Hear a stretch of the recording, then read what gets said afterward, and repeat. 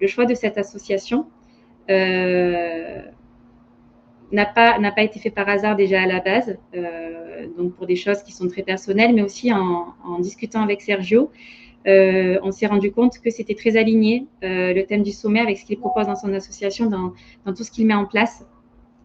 Donc, et je pense que le message qu'on veut vous transmettre tous les deux, c'est de ne pas sous-estimer votre puissance intérieure, mais aussi de ne pas sous-estimer la puissance du collectif.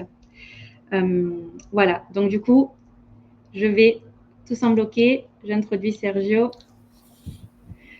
Bonjour Sergio. Bonjour. Bienvenue. On m'entend? Oui. Et on me voit? Et on te voit. Ah, donc on a eu un petit stress là avec toute la technique, Mégane et moi-même. Et là, nous voilà rassurés. Et on va pouvoir donc vous rencontrer avec toute la sérénité qu'il se doit. Oui. Donc déjà, je voudrais remercier bien évidemment Mégane, le sommet de la métamorphose, de nous avoir choisis. C'est un honneur que l'association Petit Prince puisse coopérer sur ce bel événement. Et puis, vous remercier d'être là aussi à nous écouter. Je pense que si vous avez fait le choix de venir à ce sommet, c'est qu'il y a quelque chose en vous qui vous dit que la voie de la métamorphose, c'est aussi la vôtre. Je crois que c'est celle de chaque humain ici-bas. Et justement, l'association Petit Prince œuvre, et je pense que c'est pour ça que Mégane, tu nous as choisis, pour apporter des accompagnements, des outils qui nous permettent de grandir. Et le grandir par l'association Petit Prince, ça passe par le collectif. Parce que nous sommes organisateurs donc, depuis une quarantaine d'années, donc au niveau du Petit Prince, via deux centres que nous gérons d'accueil collectif. Un, comme tu l'as dit, avec ce beau témoignage au Château d'Alray, en Haute-Loire, en sud de l'Auvergne. Et un autre lieu qui se trouve en Provence, c'est la Fontaine de l'Aube, qui est donc dans le département du Vaucluse. Et depuis 40 ans, on pourrait dire qu'on explore la voie du cœur. Et la voie du cœur, en fait, c'est peut-être un autre possible que ce qui nous est proposé depuis des siècles dans cette société humaine où il y a beaucoup de volonté, de lutte, de souffrance pour parvenir à des résultats qu'on évalue. Est-ce que c'est bon? Est-ce que c'est pas bon? Est-ce qu'on peut faire mieux? Est-ce qu'il faut plus se battre avec son voisin pour parvenir à nos fins? Et enfin, dans cette exploration, on s'aperçoit qu'on a, si on veut parler de résultats, des choses vraiment tangibles, et aujourd'hui c'est de plus en plus prouvé du point de vue de la physique quantique, quand on est dans la cohésion, quand on est dans la collaboration, et quand on est dans l'accueil les uns des autres. Et je trouve ça vraiment intéressant, et ça rend toute la beauté et toute la magie à la vie, que de voir qu'on peut, à travers ces valeurs d'humanisme, parvenir à des résultats bien plus concrets et bien plus fondateurs, et qui nous amènent à, on pourrait dire, à expérimenter l'adage que seul on va plus vite, mais ensemble, vous avez fini, on va plus loin. On va plus loin. Bravo. Ça devient très connu, mais maintenant, tout le challenge, c'est de pouvoir l'appliquer. Et donc, on a un certain nombre d'activités au niveau de l'association. Bon, c'est vrai qu'en 40 ans, on a fait beaucoup de choses. On a commencé dans le secteur des enfants avec des colonies de vacances qui avaient déjà cette vision du respect de l'individu dans le groupe, c'est-à-dire que c'était pas la colonie de vacances formatée, mais c'était vraiment la colonie où on fait en sorte que chacun se révèle à son propre potentiel, de façon à ce qu'on arrive à avoir un groupe riche, enrichi des différences de chacun. Et puis, on a développé aussi des séjours scolaires, donc ce qu'on appelle aussi les classes vertes. Et ces séjours, ils ont une particularité, c'est que de la même façon, ils engagent à voir comment on peut, dans la classe, collaborer et se rassembler, se retrouver autour de valeurs. Et en gros, comment on peut se rendre la vie plus jolie. Et puis, bon, tout ce qui s'est passé avec les enfants ont encouragé aussi les parents à nous dire, mais qu'est-ce que vous faites avec nos enfants? Là, on les retrouve vraiment changés. À la maison, ils collaborent, il y a moins de disputes entre frères et sœurs. Bon. Et est-ce que vous pourriez pas faire aussi des choses dans notre direction? Et c'est là qu'on a donc mis en place des formations, des stages, des séminaires en direction également des adultes. Puis, comme tu as lu là ce témoignage, on est aussi pionnier dans les séjours de famille intergénérationnels. Donc, c'est des séjours qui ont vraiment une très belle portée, puisque là, on arrive à faire en sorte que chacun passe ses propres vacances et de belles vacances avec des valeurs et aussi avec le sentiment de vacances, puisque ça se passe souvent l'été ou au printemps. Et il n'y a pas une génération qui se sacrifie pour l'autre, c'est-à-dire qu'on soit jeune enfant, ado, adulte ou personne plus âgée, il y a vraiment des choses qui vont répondre à l'envie de chacun. Et donc, il y a des animateurs spécialisés pour les différentes tranches d'âge.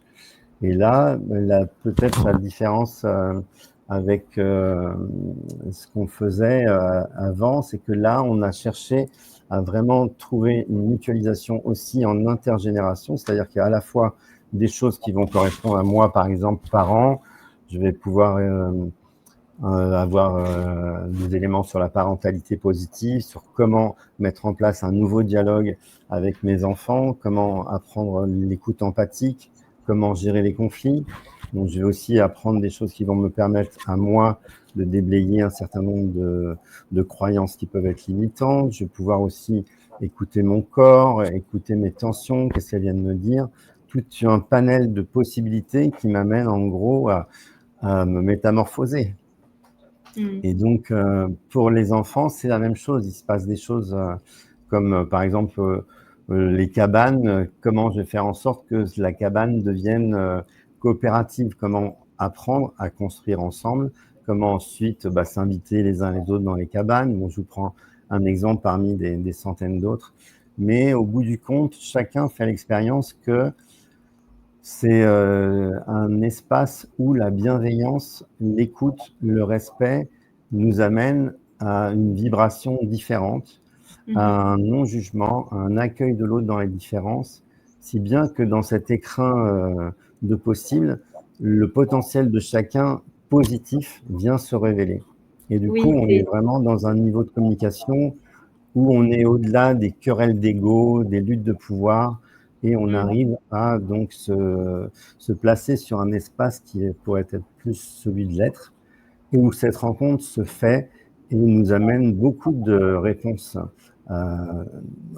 toutes les casseroles avec lesquelles on arrive sur ces séjours, parce qu'on a beaucoup de difficultés aujourd'hui, on le sait, et on met tout ça dans un chaudron commun, on arrive à voir qu'en fait, d'une certaine façon, on a tous les mêmes besoins d'équilibre, de reliance, d'amour, et on a tous aussi des problématiques qui convergent, hein. Comment être en relation avec nos proches, comment être en relation avec nos enfants, que faire avec les conflits, comment ne pas se replier. Donc il y a tout cela qui apparaît et tout cela qui s'alchimise. Donc ça nous permet vraiment de très belles transformations dans la joie, ce qui n'empêche pas que il y a des tensions qui apparaissent, qui nous révèlent et qui viennent se proposer. Et donc c'est grâce aussi à ce matériau qui s'invite à chaque instant qu'on a la possibilité d'avoir des points d'appui pour grandir, mais grandir en gardant l'ouverture de cœur dont je parlais tout à l'heure. Et je trouve ça très intéressant parce qu'effectivement, quand on sent qu'il y a des choses, quand on se rend compte qu'on n'est pas forcément bien en soi et dans la vie, dans notre vie telle qu'elle est, on peut avoir l'impression que c'est difficile de se concentrer sur soi et de trouver sa propre place dans l'environnement, dans le collectif, que ce soit la famille ou plus large.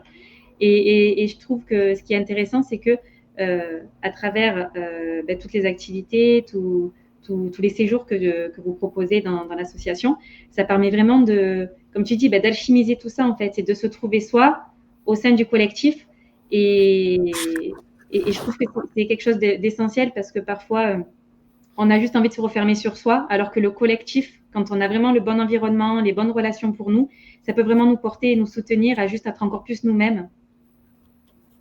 Tout à Avec fait, des Mégane. bons en face C'est pour nous vrai que soutenir. cette notion de collectif, elle est vraiment à revoir aujourd'hui. Hein, c'est-à-dire qu'on a vécu dans des collectifs qui ont pu être contraignants, à commencer par celui de la famille, hein, qui est le premier petit collectif dans lequel on grandit. Et, ça n'a pas été toujours facile, hein, parce que il n'y avait pas forcément l'éducation à la paix. Hein. Nos parents, ils ont fait ce qu'ils ont pu, et des fois, ça peut être troublant, voire traumatisant. Et on a reproduit un certain nombre de scénarios par rapport à ça. On n'a pas eu à l'école non plus forcément l'éducation relationnelle, émotionnelle qui aurait pu nous aider. Et on a plutôt reçu des contraintes comme on peut en recevoir dans d'autres collectifs qui suivent après, certaines entreprises, certains organismes, voire des institutions. Et donc cette image du collectif, elle fait qu'on arrive souvent avec des appréhensions. Mais le collectif, il peut être vraiment soutenant, il peut être vraiment là avec nous. Et quand on a une empathie au sein d'un groupe, une empathie collective comme ça, c'est vraiment très transformant et très porteur. Donc c'est important qu'aujourd'hui, on prenne en considération que le monde bouge et il y a aussi des collectifs nouveaux. Et on peut vraiment retrouver de la confiance et on peut se réouvrir. Hein, j'ai l'impression qu'aujourd'hui, là, on est passé dans le tambour de la machine à laver en essorage plus, chacun dans nos vies. On a rencontré des événements lourds, on a rencontré des choses parfois traumatiques. Il y a eu l'épisode du Covid et comment ça a été vécu, traité. Il y a eu vraiment des lourdes pertes, on pourrait dire. Et ensuite, il y a le contexte d'aujourd'hui avec les craintes de conflits internationaux. Donc, c'est vrai qu'on est avec autour de nous des proches qui sont tendus. Nous-mêmes, on l'est aussi. Et donc, on sent que la cocotte minute, là, elle est bien montée, quoi. Donc, c'est important dans cet espace-là, peut-être de tirer partie de cela et peut-être de voir comment est-ce que la vie, quelque part, vient m'enseigner. C'est-à-dire que là, je vais me permettre de passer peut-être sur des choses, à moins que tu souhaites en savoir un peu plus sur l'association, mais les gens pourront aller voir sur le site internet, je crois qu'il doit être en lien, pour avoir un peu plus de détails sur comment ça se décline dans nos activités. Oui, en fait, le plus important, je pense que déjà, tu as parlé des séjours intergénérationnels et surtout, moi, ce que je pense intéressant pour les personnes, c'est au-delà ce que tu transmets, ce que vous avez à cœur de transmettre avec tous les membres de votre association, pour l'autre. Donc, je t'invite du coup à continuer parce que c'est effectivement un sujet intéressant et c'est une réalité que tu soulignes. Oui, donc aujourd'hui, c'est vrai que il y a le qui on était avant tous ces soubresauts et il y a le qui on est aujourd'hui. Hein, pour chacun qui a voulu écouter ce qui se passe, ou pas d'ailleurs, en tout cas, ça a tangué pour tout le monde et on n'est plus la même personne qu'il y a 3 ou 4 ans, quoi. Et donc, il me semble que toute la clé, ce n'est pas de se dire comment je vais retrouver ce que j'étais ou ce que j'avais avant, mais c'est comment je peux tirer parti de ce que j'ai vécu et comment je peux voir à quel point je peux être quelqu'un d'autre, quelqu'un qui a grandi à travers ça, et comment ça peut venir me porter dans un nouveau champ de conscience. C'est aussi ce que la société aujourd'hui a comme challenge, hein, c'est comment est-ce que nous, humains, on va pouvoir faire du lien là où habituellement on était plus chacun pour soi, et comment est-ce qu'on va arriver à fédérer nos forces pour pouvoir transformer toutes les épreuves. Et donc là, c'est pas un petit challenge, hein, puisque on a quand même un conditionnement judéo-chrétien qui est assez fort depuis des siècles, qui nous entraîne à la lutte et à une certaine forme d'entretien de la souffrance. Et on est assez doué quand même pour entretenir ça de nous à nous. Oui, oui, oui. Hein, C'est très humain, je crois, de nourrir la souffrance bien malgré nous, mais c'est vrai qu'on a du mal à ne pas, à du moins ne pas en donner trop de place, tout simplement parce que je pense aussi que ça résonne hein, et que c'est quelque chose qu'on a souvent traversé. Et ça fait partie effectivement d'un conditionnement assez global. Effectivement, il y a quelque chose à cet endroit-là qui est de l'ordre de la décision, c'est-à-dire déjà, est-ce que je peux commencer par décider que l'être jugeant que je peux être, critique, celui qui dans le tableau va voir la petite tache plutôt que de voir toute la lumière, ou même la grosse tache, et ne voir que ça, comment en gros je vais passer du verre à moitié vide au verre à moitié plein, et comment même je vais pouvoir passer avec de l'entraînement, donc là c'est le C dont tu parlais sur le chat, là, avoir le verre complètement plein, c'est-à-dire de pouvoir voir qu'il y a la moitié d'eau, mais aussi moitié d'air. Et donc, comment il est possible d'intégrer que chaque épreuve, chaque difficulté a un sens, et chacune de ces traversées vient, si je le décide, et si je fais humblement le travail de retour sur moi, va pouvoir m'enseigner, continuer de m'alchimiser. Et donc, cette transformation, en fait, c'est l'école de la vie. Hein. La meilleure enseignante, pour moi, c'est la vie. Et l'énergie de la vie, bah, c'est un mot qu'on utilise beaucoup un peu à toutes les sauces, mais là, on peut lui mettre une majuscule. L'énergie de la vie, c'est l'amour. N'ayons pas peur de le dire, même si c'est un peu connoté. Il y a quelque chose dans la transformation qui nous amène à ouvrir le cœur. Et donc, ouvrir le cœur, ça nous amène aussi, petit à petit, à changer notre regard. Évidemment, on fait l'expérience tous les matins. Si vous vous levez de bonne humeur ou de mauvaise humeur, vous n'allez pas voir le monde autour de vous du tout de la même façon. Et ça, non seulement c'est possible en fonction des humeurs que vous traversez, mais c'est aussi possible en fonction du chemin intérieur. Et ce chemin intérieur qui va vous permettre de, tous les matins, voir la vie à partir du cœur. Donc, vous vous rappelez de cet adage du Petit Prince, c'est donc une des phrases les plus connues du conte de Saint-Exupéry. Hein. On ne voit bien qu'avec le cœur, l'essentiel est invisible pour les yeux.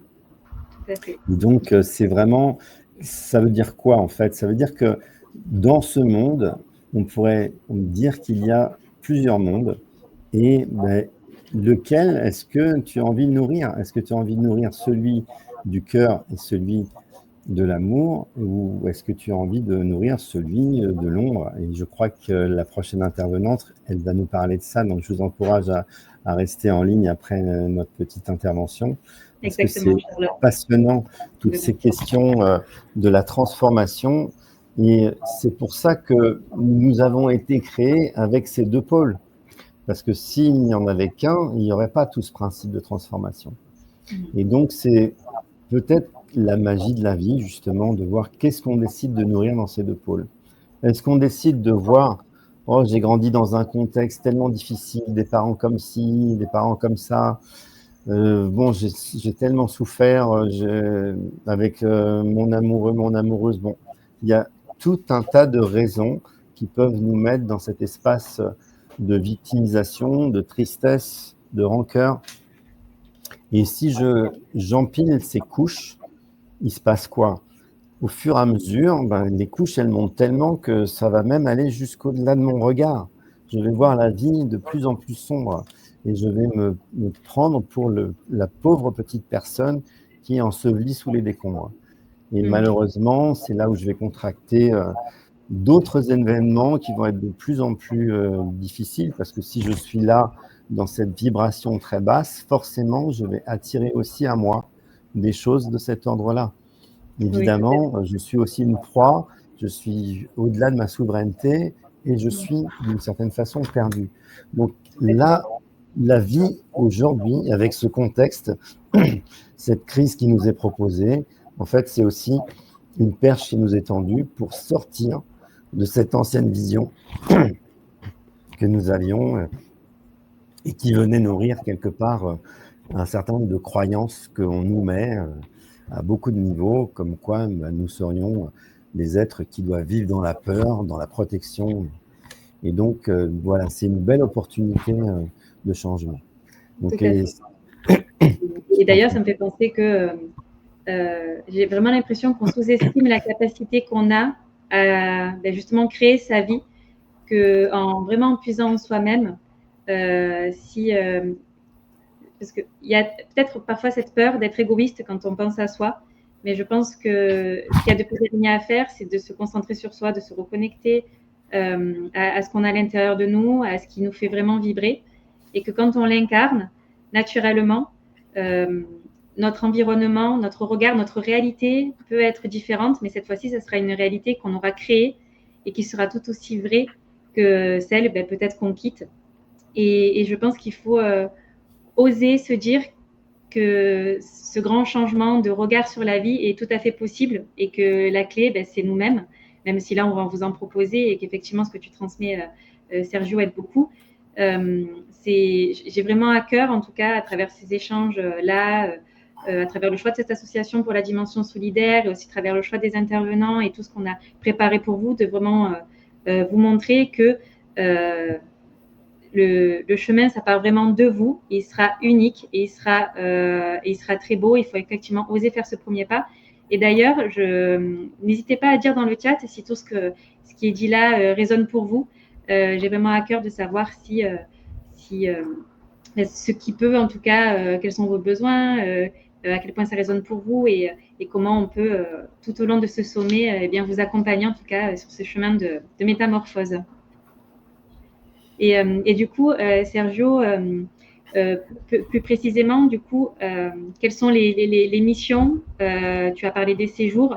Est-ce qu'il y a d'autres missions ou d'autres choses que vous communiquez, que vous transmettez à travers l'association? Oui, donc au niveau des deux lieux dont je vous parlais tout à l'heure, hein, donc la Fontaine de l'Aube en Provence et puis le Château d'Alray, nous organisons donc des séminaires, des formations, des stages, des ateliers.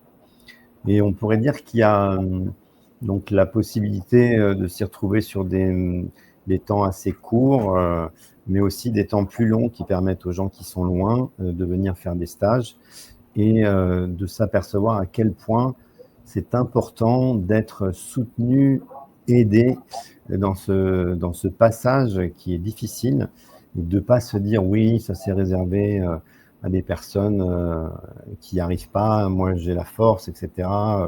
Il y a à la fois deux risques, hein, c'est des personnes qui pourraient se dire oui, moi je me suis toujours fait tout seul et je tiens le choc, et bien à un moment, bon, si on tient mais dans la dureté, dans la volonté, un moment, on s'épuise. Donc, il y a vraiment d'autres ressorts pour passer, qui sont au-delà de tenir, c'est de goûter et c'est d'avoir de la joie et de retrouver une vibration dans la vie qui soit plus douce. Et donc ça, c'est plus facile quand on est à plusieurs, plutôt que seul sur son bateau à écoper et à gérer toutes les urgences. Et faire écoper malheureusement aussi les autres quand on rentre à la maison et qu'on s'est tendu toute la journée. En général, quand on rentre, c'est pas toujours folichon. Donc, la vie plus jolie, ça passe aussi par ces ressources que aujourd'hui la conscience nous propose autant de bouger qu'elle nous propose de solutions. C'est-à-dire qu'elle nous remue et en même temps, elle nous dit « Tiens, regarde, il y a ça qui est possible pour toi. » Oui, c'est une redirection. Oui. Et donc, c'est vraiment important qu'on arrive à écouter la petite voix qui régulièrement vient nous dire « Ah, mais tu pourrais faire ça. Tu es capable de faire ça. Mais pourquoi tu continues d'écouter ça ?» Donc, il y a tout un tas de possibles comme ça. Donc, effectivement, quand on se retrouve sur nos centres, on a des personnes qui ont ces ressources-là parce qu'elles sont formées à ça. Mais la première chose, c'est de prendre la décision Et la décision, c'est quelque chose qui est courageux, puisque ça nous fait sortir de nos systèmes habituels, comme je disais tout à l'heure, de conditionnements qui sont très anciens. Mais dites-vous aussi que, à la fois, quand on grandit, on fait aussi grandir tout notre arbre généalogique. C'est-à-dire qu'à la fois, on arrive à avoir des changements invisibles sur les générations qui viennent, nos enfants, et aussi sur les générations passées, c'est-à-dire nos aïeux dans nos arbres généalogiques noueux, avec tout ce qu'ils ont pu vivre, dont moi je crois qu'il y a une vibration qui reste après la mort sur le plan de l'arbre généalogique. Il y a quelque chose qui bénéficie à tout le monde. Donc, j'encourage vraiment de faire ce chemin à la fois pour soi et pour notre entourage. Et donc, ce que je propose, là, je ne sais pas combien de temps il nous reste, Mégane, mais peut-être c'est de donner quelques outils qui sont parmi ceux qu'on utilise, que ce soit sur les séjours ou sur nos stages. Oui, il faut juste que ce ne soit pas trop long pour qu'on puisse être à l'heure pour l'intervention de Charlotte Angemer, mais oui. Est-ce qu'on a un petit quart d'heure, là, si je ne me trompe pas? Oui, c'est ça. D'accord. Ça serait bien que dans un quart d'heure, effectivement, je puisse couper ici pour pouvoir accueillir les participants pour l'intervention suivante qui se passera sur Zoom. Et d'ailleurs, je vous mettrai le lien dans le chat. Très bien. Donc, alors, restons tous en ligne. Et moi, je vais essayer de vous donner aussi ce goût du changement, de la mutation et avec des petites choses qui sont vraiment faciles. À la fois, c'est courageux et en même temps, quand on est sur la bonne voie, on est porté. Et c'est ça le cadeau caché, c'est que quelque part, ça peut sembler difficile de franchir le seuil de la porte, mais dès qu'on est de l'autre côté, il y a quelque chose qui vient vraiment collaborer pour nous soutenir.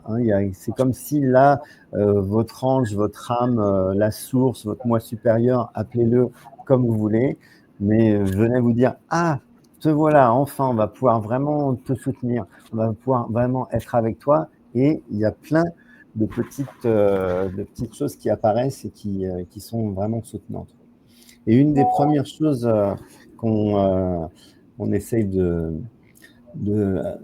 sensibiliser, on en entend beaucoup parler aujourd'hui, donc c'est la gratitude.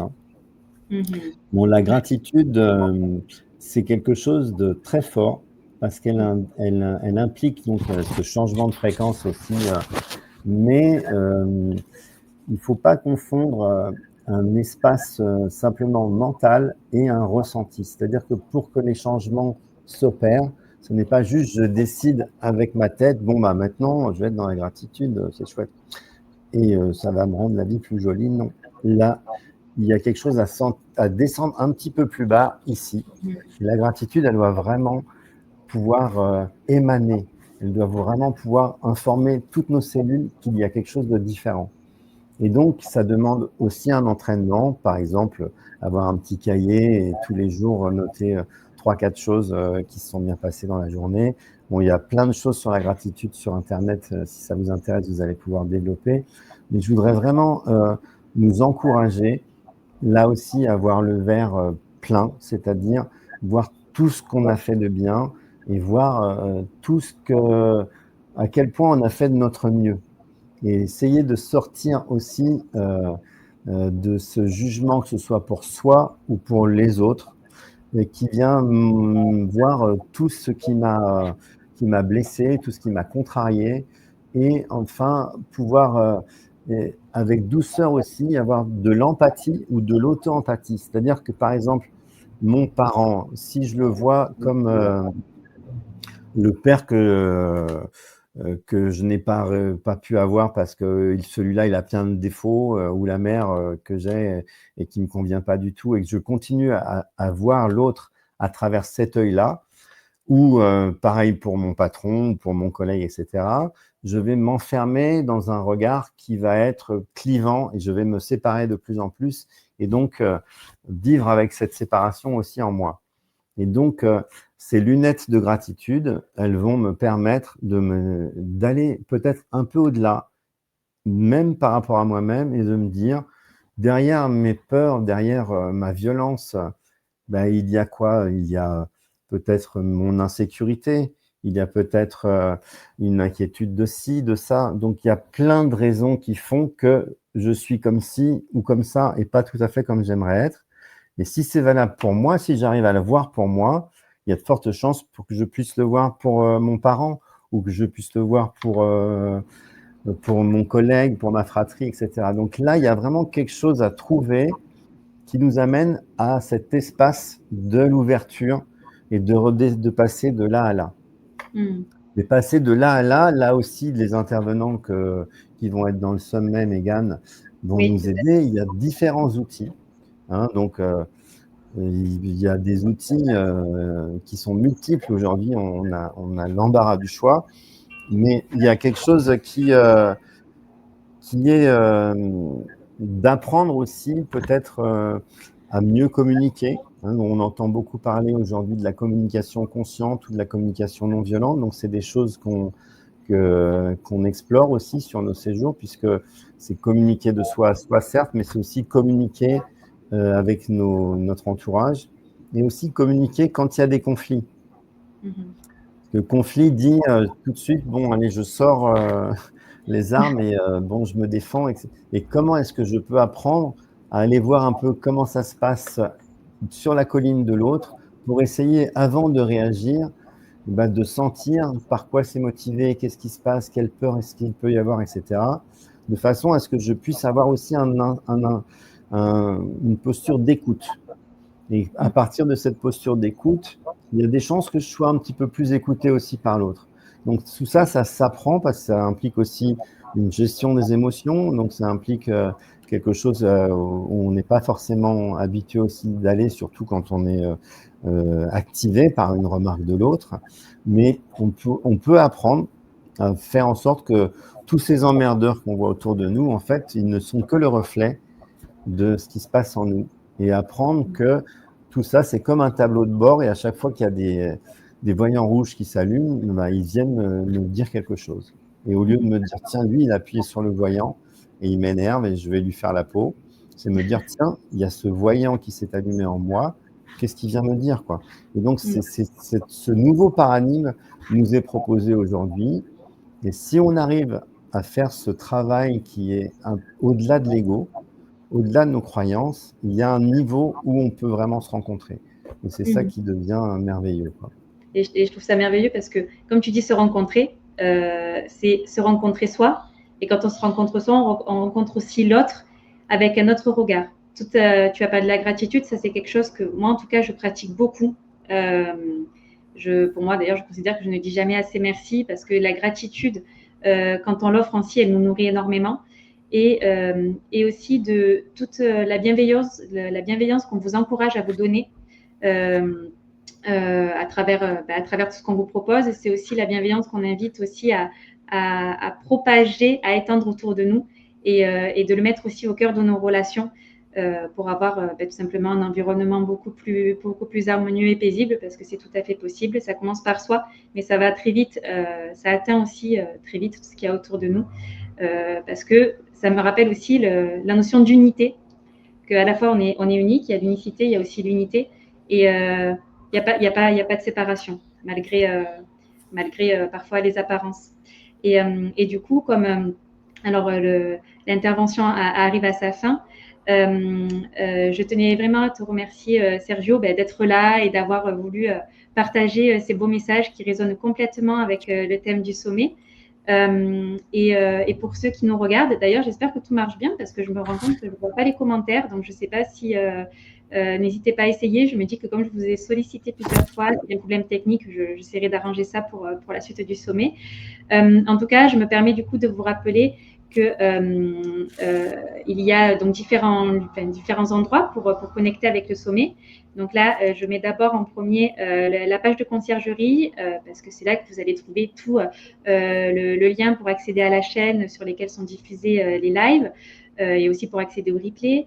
Il y a aussi le moyen de vous connecter au groupe Facebook.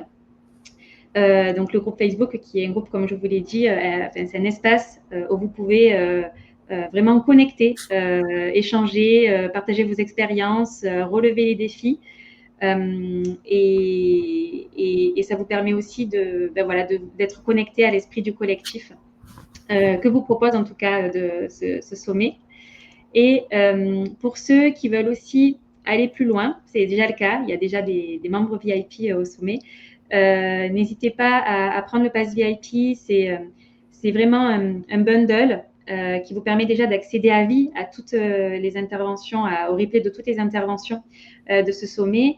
Et au-delà de ça, il y a aussi un bundle de ressources qui a été peaufiné pour vous par les intervenants et qui vous permettront vraiment de poser plusieurs pas, de poser des actions concrètes pour avancer sur votre voie de métamorphose, parce que si vous êtes là, c'est sûrement que vous avez cet élan et que pour vous, il est temps.